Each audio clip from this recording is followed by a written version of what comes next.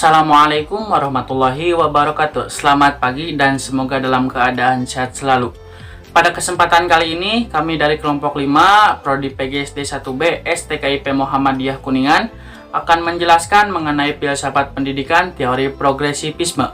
Untuk itu dimohon perhatiannya dan marilah kita sama-sama simak juga dengarkan penjelasan berikut ini. Saya akan menjelaskan pengertian dari progresivisme. Progresivisme ini berasal dari gerakan reformasi umum dalam masyarakat Amerika. Dulu itu ada seorang yang bernama Marietta Johnson. Dia adalah seorang pendiri sekolah organik di Fairhope, Alabama. Dia mencontohkan pendidikan progresivisme pada anak karena dia percaya bahwa masa kanak-kanak itu harus diperpanjang. Dia juga berkata, anak-anak itu tidak boleh didorong oleh orang tua ataupun guru untuk melakukan hal-hal yang mereka sendiri pun belum siap gitu.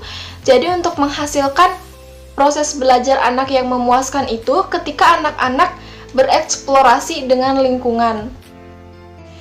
Untuk kurikulum yang diajarkan Johnson pada waktu itu, dia menekankan seperti latihan fisik, studi alam, musik, kerajinan tangan, drama, atau permainan, dan untuk kerajinan kreatifnya dia seperti menyanyi, menari, menggambar, menenun.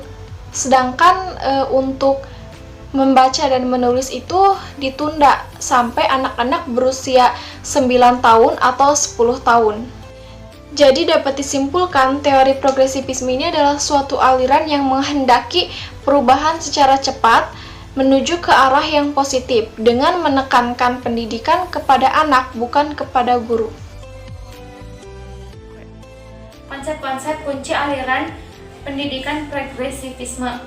Asosiasi pendidikan progresivisme menentang beberapa hal, yaitu yang pertama, guru otoriter, yang kedua, pengajaran berbasis buku secara eksklusif, yang ketiga, menghafal secara pasif informasi dan faktual, yang keempat, asosiasi sekolah dan masyarakat, yang kelima, menggunakan kekerasan fisik atau psikologis untuk mengelola ruang kelas. Para pendidik progresif ini secara pasif menegaskan hal-hal tersebut, seperti yang pertama, anak harus bebas untuk berkembang secara alami. Yang kedua, minat dimotivasi oleh pengalaman langsung adalah stimulus terbaik untuk belajar. Yang ketiga, guru harus memfasilitasi pembelajaran. Yang keempat, kerjasama erat sangat penting antara sekolah dan rumah. Yang kelima, sekolah progresif harus menjadi laboratorium untuk eksperimen. Di sini saya akan menjelaskan mengenai pertanyaan-pertanyaan dasar aliran pendidikan progresivisme.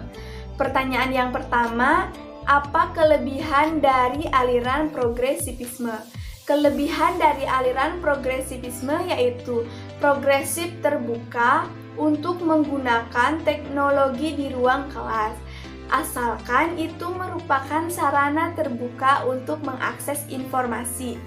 Pertanyaan yang kedua yaitu apa tujuan pendidikan progresivisme? Tujuan pendidikan progresivisme yaitu melatih anak agar kelak dapat bekerja secara sistematis, mencintai pekerjaan, dan bekerja dengan otak dan hati. Pertanyaan yang ketiga yaitu apa ciri-ciri aliran progresivisme dalam pendidikan? Ciri yang pertama yaitu pendidikan dalam kebudayaan liberal. Yang kedua, menjadi pelopor pembaharuan ide-ide lama menuju asas-asas baru. Yang ketiga yaitu peralihan menuju kebudayaan baru. Untuk pertanyaan yang keempat, yaitu apa saja prinsip-prinsip pendidikan pada aliran progresivisme.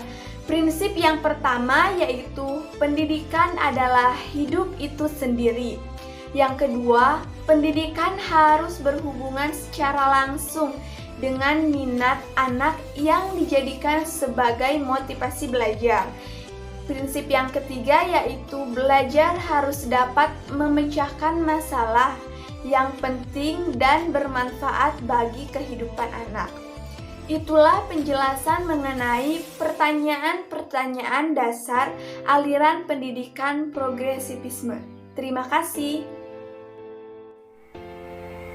Implikasi edukatif aliran pendidikan progresivisme di era kontemporer.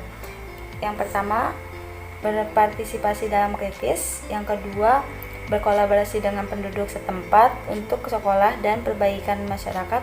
Yang ketiga, bergabung dengan guru yang berpikiran sama dalam organisasi profesional yang dikontrol guru yang bekerja dalam reformasi pendidikan yang asli. Yang keempat, mencari tahu siapa teman sejati mereka dalam perjuangan untuk mengendalikan sekolah. Yang terakhir, belajar dengan membantu mereka mengeksplorasikan diri mereka sendiri. Baik teman-teman, kesimpulan dari pemaparan materi tadi yaitu progresivisme merupakan pendidikan yang mengutamakan penyelenggaraan pendidikan di sekolah berpusat pada anak sebagai reaksi terhadap pelaksanaan pendidikan yang berpusat pada guru ataupun bahan pelajaran yang mengkehendaki dan melatih anak agar kelak dapat bekerja secara sistematis, mencintai kerja, dan bekerja dengan otak dan juga hati. Baik, itulah pemaparan materi dari kami mengenai filsafat pendidikan teori progresivisme. Kurang lebihnya mohon dimaafkan. Terima kasih atas perhatiannya. Jaga kesehatan selalu dan semoga tetap bahagia. Jangan lupa like, comment, and subscribe dan juga share video ini agar lebih bermanfaat. Saya Maulana Iqbal Babun Najib pamit undur diri. Wabillahi taufiq wal hidayah. Wassalamualaikum warahmatullahi wabarakatuh.